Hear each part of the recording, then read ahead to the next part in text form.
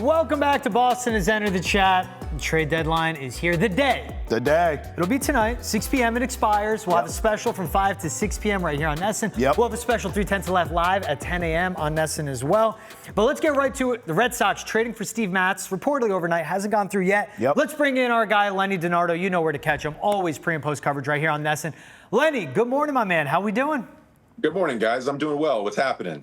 Steve Matz now with the Red Sox. That's the first deal struck during the trade deadline. Who better to talk pitching with than a guy like yourself? Where do you see, before we get to Steve Matz as a pitcher at 34 years old, where do you see the fit for him as they get another left-handed arm and another reliever in this bullpen? Well, the first thing I think about when I think of Steven Matz, other than being left-handed, is versatility. You know, he's a guy that if you need a start every now and then, he can go up and fill that role. The bulk of his appearances this year have been out of the bullpen. You can never have enough bullpen arms, and I got another lefty to go up there and bolster, get a little more depth in the pen.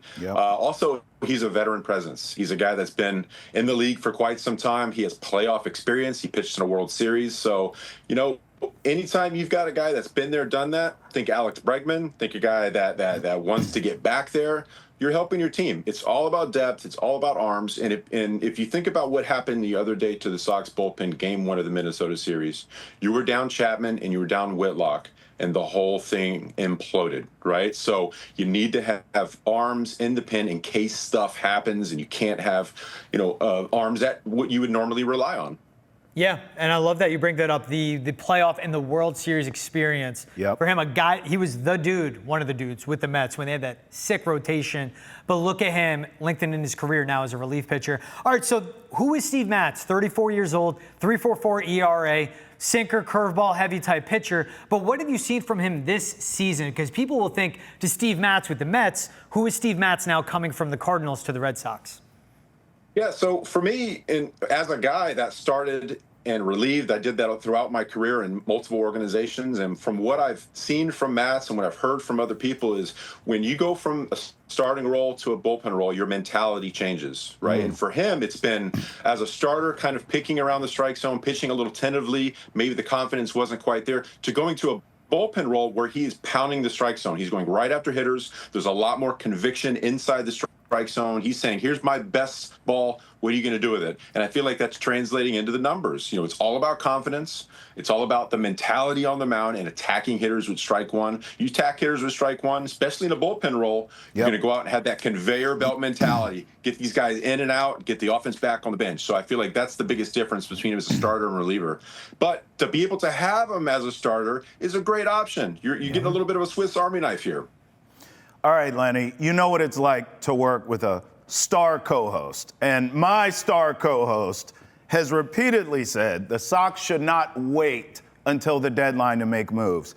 And I've sat here and I've argued with him saying everything's going to be okay, bro. But now, Lenny, I'm looking at the facts. Mariners, Phillies, Mets, to some extent the Royals, even though they re-signed their guy in Seth Lugo. But we know they're fighting for their wild card life. But these other teams, Mariners, Phillies, Mets, all real contenders, have all gone out and made splashy moves with players who I thought the Sox should be trying to acquire before the trade deadline. To my star co-host point, my question to you, why wait? Do you believe the Sox should have been more aggressive up until this point? Well, you know, it takes two to tango, and you don't want to give away too much as far as prospect capital for somebody that might be a rental, someone you're going to have for a couple months. And I get it. Yeah, you want to win this year. Everybody wants to win this year. We've seen the way they've played as of late. And if you don't add to this team, then, I mean, what are you watching, right? So, when it comes together in deals, you know, you've got to be able to make the right fit. First, you have to know what the need is. Is it first base? Is it starting? Is it relieving? Is it a right-handed bat, a left-handed bat? There's all these different options, but, you know, it's like it's like buying anything. You know, somebody knows you want it. They're going to ask for the most to try to get it. And so many of these teams are so close in the race, and there's a lot of teams that need certain assets on their team. So supply, demand, and there's not a ton of supply out there, so the demand goes up. And are you willing to give up a Roman Anthony, a Marcelo Meyer, and one of those guys to go out and get somebody that's around for a few months? I don't think so. And I feel like a lot of these teams are asking for the moon. So, I mean, they gave up their 2020 pick in Blaze Jordan to Chaim Bloom, who was the guy who drafted him. He's very familiar with him. But yeah, 2020 is 5 years ago too. So that a little bit of time has passed since that draft, and we'll see what happens. I don't think the Sox are done. They got to go out there and get more, whether it's an arm, an Alcantara, or a Merrill Kelly, or something like that, or a Yandy Diaz. I would love to see him at first base. That right-handed pop. Can you imagine that pop in this order with the green monster there? Yes, I can imagine that. Yes, very much so. Yeah. But what are you willing to give up? That's the thing. And I love that you bring that up, where it takes two to tango. When they know you're quote-unquote desperate, then you know what? They'll drive up the price. They'll try to play that leverage, right, Lenny? And I think that's, in a way, we saw that pass and quote in a report where the Red Sox pride themselves on being efficient in a very inefficient market and how they operate. And I said to Trav here on the show, I go, maybe that's them trying to put some water on the fire, because there's been about the go all in, trade, etc., right? They want to help themselves out a little. But when you say that it takes two to tango, everything in life outside of going to a restaurant or maybe like shopping at a retail store, in my opinion, is negotiable. So who do you want to see them go out and get, knowing that, hey, you can negotiate, you can drive down the price? You mentioned a Yandy Diaz, but who and where else do they have to add? So Diaz at first base and O'Hearn at first base, those are my two options. You know, you're probably going to be platooning some of those guys next season, right? And we're going to see what happens to Tristan Casas if he bounces back from this relatively, I say quickly, but it's going to be next season at some point. But also a starting pitcher, a guy like Alcantara, a Merrill Kelly. But if you're not going to get a Ryan, a number 1, 2 guy, an all-star, a guy that's a dude, at least get a number 5. You know, somebody to just kind of fill in the role with the absence of Cutter Crawford and Dobbins and now Fitz, who struggled recently. He's back down in AAA. You got to get some sort of depth in the starting rotation, in my opinion.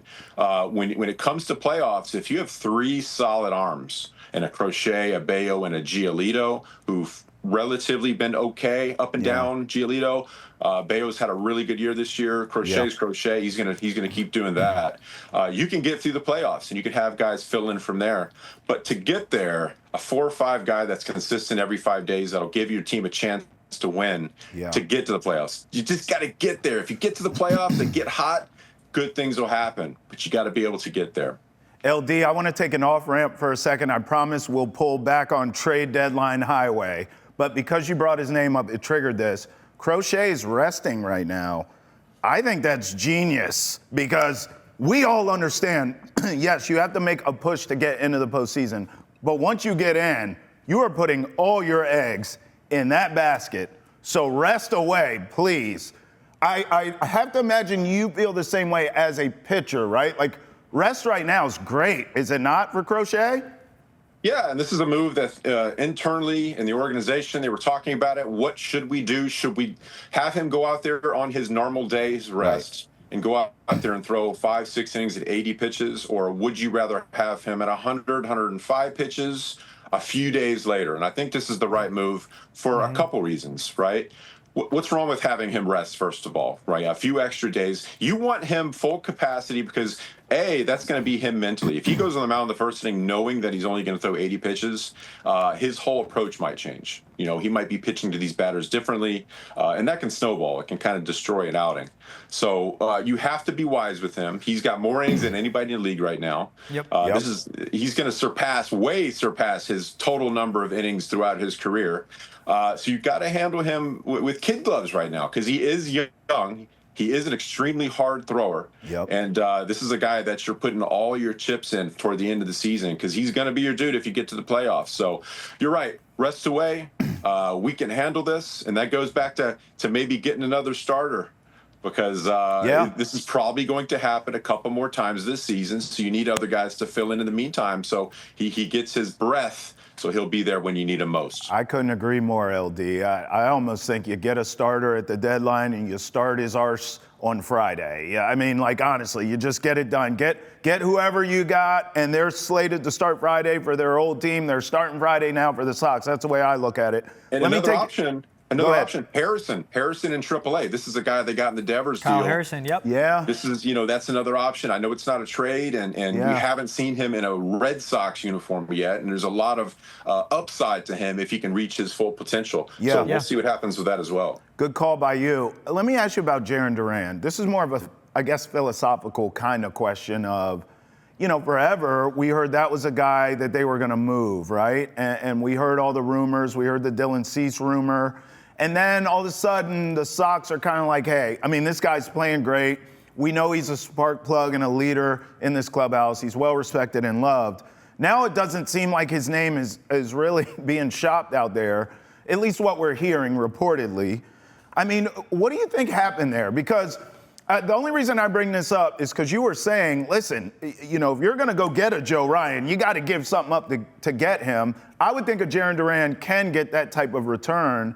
But we're hearing the Sox don't want to move off of him. What do you think changed, and do you think it's the right move philosophically, or would you come up off of that guy if you can get back a Joe Ryan, a Zach Gallen, a Merrill Kelly? Sort of how do you see it big picture, bird's eye view with that? Well, first and foremost, I think that it started to quiet down once Marcelo Meyer got injured, right? Yeah. Because you had a surplus of outfielders, and that was kind of one of the reasons they were like, all right, we have too many outfielders. We can afford to get rid of one of them and go out and get a nice arm in the rotation. So when Marcelo went down, and we really haven't heard much about that injury, how long he's going to be down. We moved Rafaela to second base, who could probably be your number 5 starter. The guy's so athletic, let's be honest. He could do everything on the field. He'd probably throwing 95.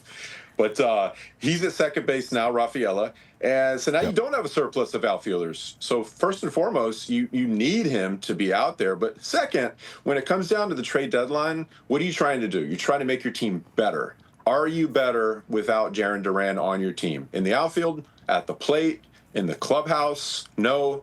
Because he's kind of been that guy. He's kind of been the guy that glues everybody together. He's that bridge between the Stories and the Bregmans, the older guys that have been around, and the Anthonys, the Myers, and the young guys, the Rafaelas that are just a tad younger than him. He plays like his hair's on fire. He's always hustling. He's always accountable. This is a guy that's really heating up at the plate. So the upside of keeping him in a Red Sox uniform, I feel like, has really kind of overtaken moving him to another squad. Because you'll get somebody. You're not sure what you're going to get. You're going to probably get a good arm for him. You get a high pay for him, but are you going to have that for 3 years like Duran? Because he's under control for quite some time too. Yep. And you don't want to mess with the clubhouse chemistry. I feel like he's another guy that's accountable every day, no matter what. And that's tough. You kind of need him in that lineup and in the clubhouse every day, in my opinion. I just think at the time, we go back a few weeks, maybe a month at this point, when Alex Cora was talking about, hey, when we traded Christian Vasquez, we felt it in the clubhouse. That was tough to recover from. Yep. Then Marcelo gets hurt. Then also Roman Anthony's talking about, well, Duran, what he's meant for me. I'm like, okay. That says to me, where Alex Cora is smart and he understands the clubhouse, that's one of the things that makes him as a great manager, aside from how he can manage in a game with all the depth they have, that quells, him being on that trade demand. So, Lenny, right now as we're sitting, Red Sox are in that second wild card spot. They're one game behind the Yankees for the top in the wild card standings. They're just 5 games back of the Blue Jays. And I say that because at one point they were 10.5 behind New York. Facts. Where do you see this team, what they need to do to not just, hey, get in the wild card and get to the dance, but mess around and win a series maybe too? Woo! Yeah, I think it starts with the pitching. You get to string together consistent outings, and I feel like they've done that as of late. The starters have to continue to get deep into games. If you go 6 innings consistently, that's going to allow your bullpen to be rested. They're not going to be throwing too much on back-to-back days.